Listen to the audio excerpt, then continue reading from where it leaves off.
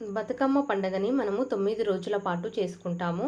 అయితే ఈ 9 రోజులలో ఏ ఏ రోజు బతుకమ్మకి ఏ ప్రసాదం పెడతారో ఈ వీడియోలో పూర్తిగా చూద్దాము.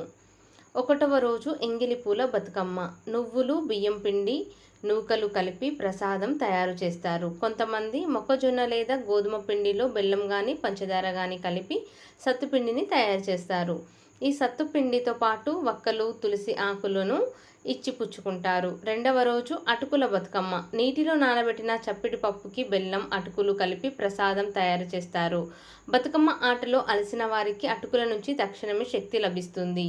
బెల్లంలో ఉండే ఐరన్, పప్పులో ఉండే ప్రోటీన్లు దేహాన్ని దృఢంగా చేస్తాయి. మూడవ రోజు ముద్దపప్పు బతుకమ్మ.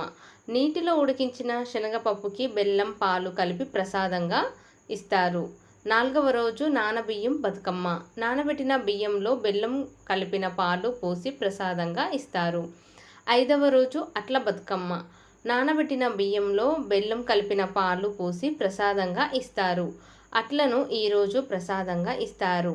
నానబెట్టిన బియ్యం దంచి లేదా విసిరి పిండి చేస్తారు. నానబెట్టిన మినపప్పు రుబ్బి ఒక రోజు ముందే ఈ రెండింటిని కలిపి ఉంచుతారు. ఆ తర్వాత రోజు అట్లు పోసి ప్రసాదంగా పెడతారు. ఆరవ రోజు అలిగిన బతుకమ్మ. ఈరోజు బతుకమ్మ ఆడరు. కొన్ని చోట్ల బతుకమ్మ ఆడతారు కానీ ప్రసాదం ఇవ్వరు. ఏడవ రోజు వేపకాయ బతుకమ్మ. సకినాల పిండిని వేపకాయ పరిమాణంలో చిన్న చిన్న ముద్దలుగా చేస్తారు. వీటిని నూనెలో వేగించి ప్రసాదంగా ఇస్తారు. కొంతమంది పప్పు, బెల్లం కలిపి కూడా ఇస్తారు. ఎనిమిదవ రోజు వెన్న ముద్దల బతుకమ్మ. బెల్లాన్ని మెత్తగా దంచుతారు.